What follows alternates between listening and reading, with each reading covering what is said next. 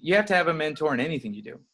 You know, none of us do this alone. Nothing. You can't do one thing alone. You have to learn from somebody.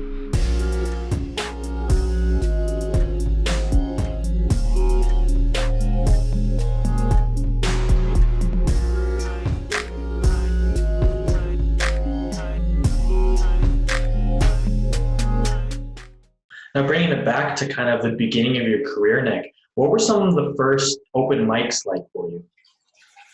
The first open mics, they were fun, man. It was interesting. I thought everybody was more famous than they turned out to be.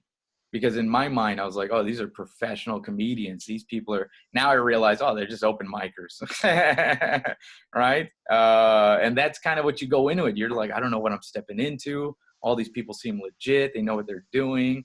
And, you know, now I realize, like, oh, man, it's just a bunch of pricks. You know, there's a lot of them. A lot of, you know, superiority complexes at the open mic.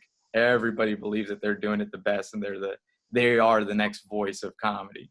But the fun of it was the first time that I had a social scene that I really liked.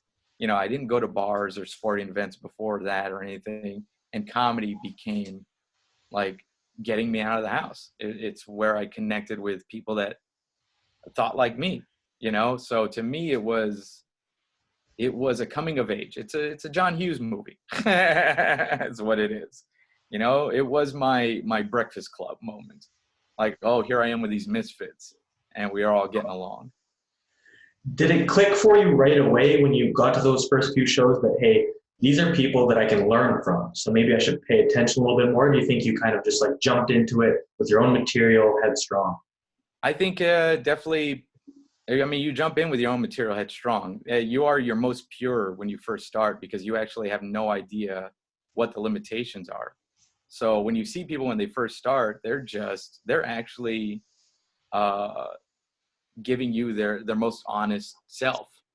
But they have to learn the tricks of the game. You have to learn how to make an audience laugh. You have to learn how to make a joke. And that's where you kind of learn the structure. And then after a while, you get the structure down and then you have to relearn how to be yourself again. But I definitely, from day one, was receiving lessons from other comics. The first thing that somebody told me was, you say too much on stage. It's like, your stuff is funny, you just say a lot. And that's where you learn, oh yeah, edit. I got to edit myself. I got to edit my thoughts. It can't just be, I can't paint every part of this scene. Sometimes I just got to let it exist. You have to have a mentor in anything you do. You know, none of us do this alone. Nothing. You can't do one thing alone. You have to learn from somebody. The dynamic is, I mean, the way that I ended up with mentors was they saw that I was willing to do something alongside while getting the opportunities. So, okay, hey, will you drive me to gigs? Sure. Will you help me out with my website? Sure. Will you help me out? Yeah. And it was just things like that. Like, you become an asset to them. It's in a very much an apprentice mentor relationship. It's like, all right, I'll put you on stage. And the best mentors, you know, like Joe Coy, for example, he's a reason that I got business cards. I went on the road with him and he saw that I was handing out little strips of paper with my name, not taking it serious because I felt that weird, like, I don't know how to do this. I need to be humble and an artist. He's like, hey, stop. You need to get legit business. I'm going to pay for them. We're going to get you headshots. You can get real pictures and we're going to give you the right marketing materials. And it was because of him that I saw that. And I was like, oh, it's okay to promote yourself. It's okay to believe in yourself. You have to, because nobody else is going to. And so that's where I started learning. That's what I learned from him. So mentors come in a lot of forms, you know, and then there was one guy, I'm not going to mention his name because I don't care about him.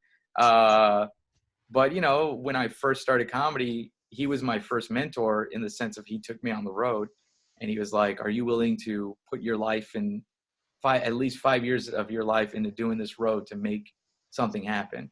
And I told him this. I was like, honestly, I've already put 5 years into terrible jobs, so I might as well put 5 years in something I love.